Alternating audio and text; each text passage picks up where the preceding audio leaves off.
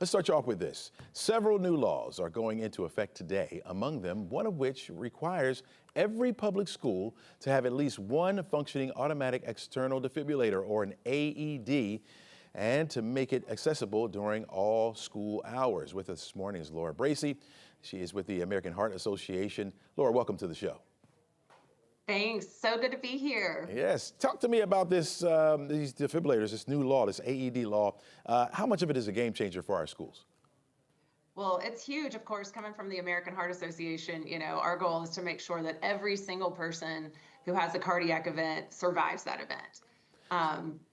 Prior to this, the law was that the only place AEDs were required in schools was for a high school sporting event. So that was the only place prior to this that our law was required to have an AED. So we hear all the time that, every second counts. So how much of a difference is this to have that on site for people at schools in case somebody goes into cardiac arrest? It'll be huge. I mean, we estimate that 23,000 children across the country have a cardiac event every single year. And so knowing that our kids, whether they're in kindergarten through 12th grade, have an AED accessible. And not only this bill, not only does it make sure that there's an AED on site, but it makes sure that there's a written protocol in place that includes a response team.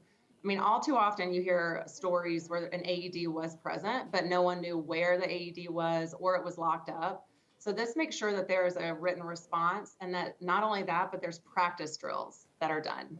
I was going to talk to you about that. There's requiring drills and training be done. How often do you have to do that, or how often should that be done?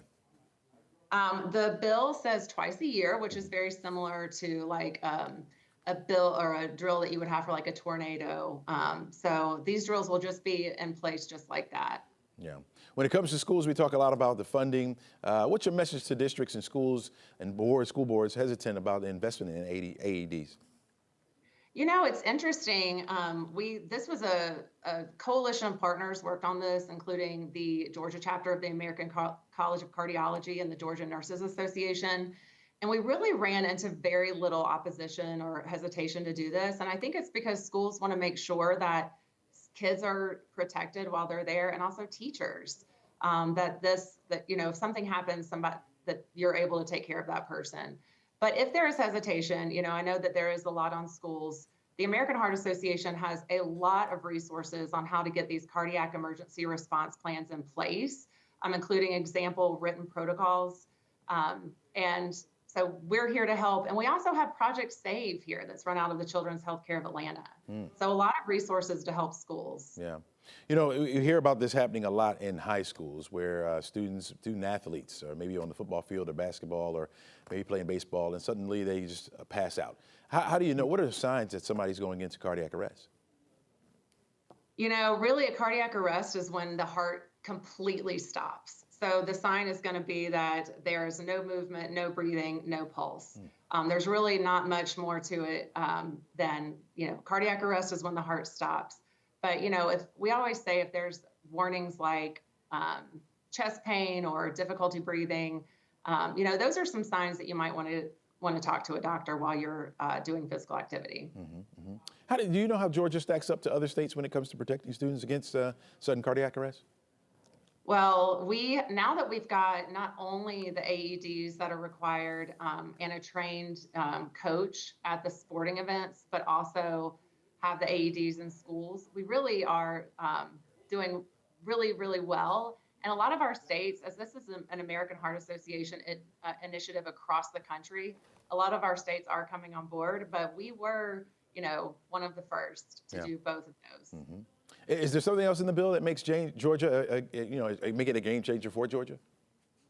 I'm sorry, what was that, Chesley? Is there anything else in the bill that makes this a game changer for Georgia in particular? Doing the drills is really, having that kind of spelled out in the bill is something that's really goes above and beyond. All right. So what can parents do, or teachers or even students for that matter, to help make sure that their school is ready for this type of emergency? Well, you can always learn hands-only CPR to make sure that you're part of a response team. And we have those resources on our heart.org website as well. But just make sure that you know where the AED is, ask your teacher, and that's what you can do to help be a part of the response. Gotcha. All right, Laura Bracci, thanks so much for joining us. Thanks for the insight and the tips as well. We're going to try to make this, make sure it saves lives, which is a good thing. That's right. All right, thanks a lot.